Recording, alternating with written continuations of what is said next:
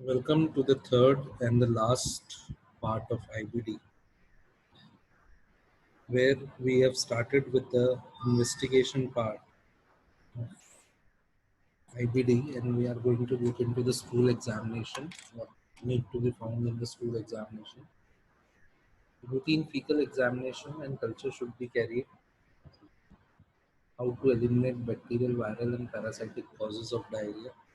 This differential diagnosis being used, that what is the reason for the diarrhea. Testing for Clostridium difficile should be considered even in the absence of ampicillin antibiotic. It should be carried out within 2 hours of passage of stool. A check for occult blood and fecal leukocyte should be carried out with the patient present without a history of blood in the stool. So might be the lesion is somewhere further in the intestine, so occult blood may be found.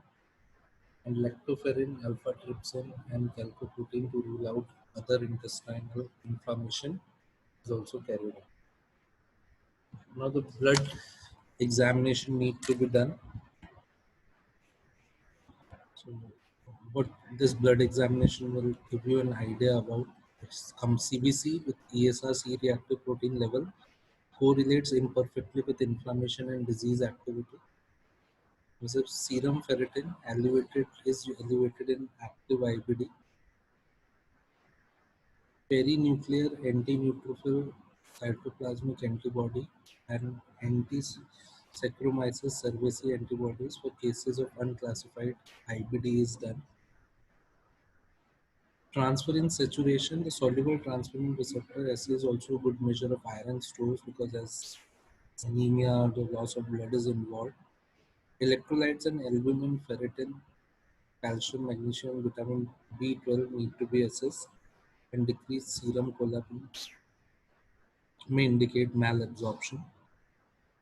Celiac antibody testing should be pursued unless presentation include obvious non-celiac features such as fistula, perianal disease, and blood in the stool. HIV should also be tested for, and hepatitis B, hepatitis C, varicella, zoster virus should also be checked out. In case if for this particular perinuclear anti-neutrophil cytoplasmic antibody is positive and anti-Saccharomyces cerevisiae antibodies are negative, it suggests ulcerative colitis, whereas the vice versa is suggestive for Crohn's disease.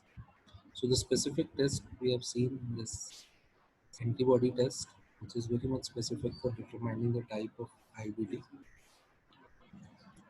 Imaging clean abdominal radiography can be helpful. Barium meal test, sigmoidoscopy or colonoscopy, and upper and gastrointestinal endoscopy, dual energy X-ray and chest radiography are also suggested, along with enteroscopy, magnetic resonance challengopancreatography, capsule endoscopy, and chromoendoscopy is also suggested with CT and MRI. The details it's not too important because the names itself that what procedures can be followed is important. Now this is the final statement about the differences between typical ulcerative colitis and Crohn's disease. So clinically, frequent small volume diarrhea with urgency and predominantly bloody diarrhea is seen in ulcerative colitis, whereas Crohn's disease diarrhea accompanied by abdominal pain and malnutrition in an abdominal mass, along with a perianal lesion like fistula can be seen. On endoscopy and radiological finding, diffuse superficial colonic inflammation as it is only involving the mucosal layer, whereas here discontinuous transmural asymmetric lesions can be seen, that is skip lesions are usually seen. In ulcerative colitis, involvement of rectum, but this can be patchy. It is rarely it can be found. Shallow erosions and ulcerations can be seen and spontaneous bleeding is seen. Whereas when we talk about Crohn's disease, it is involving the ileum on the right side of the colon. Cobblestone appearance, like the cobblestones are usually those stones kept on the river side. So many stones kept together, so they gives a bumpy feeling. Longitudinal ulcer and deep fissures are usually seen. Histopathologically, diffuse inflammation in mucus and submucosa, whereas here we find granulous inflammation of the entire thickness.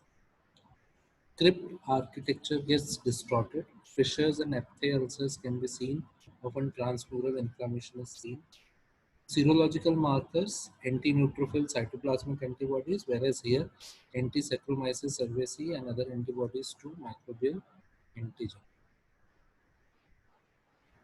So in the picture which is given on the lower side, you can see the cobblestone appearance of ulcerative colitis.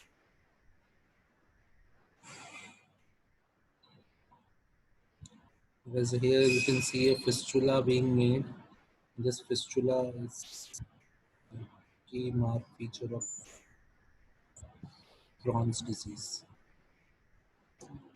Now for the differential diagnosis, the main differential diagnosis is acute self-limiting colitis, whereas amoebic colitis, schistosomiasis, Crohn's disease, colon cancer, IBS, that is inflammatory, IBS, irritable bowel syndrome, intestinal tuberculosis, and non-steroidal anti-inflammatory drug enteropathy.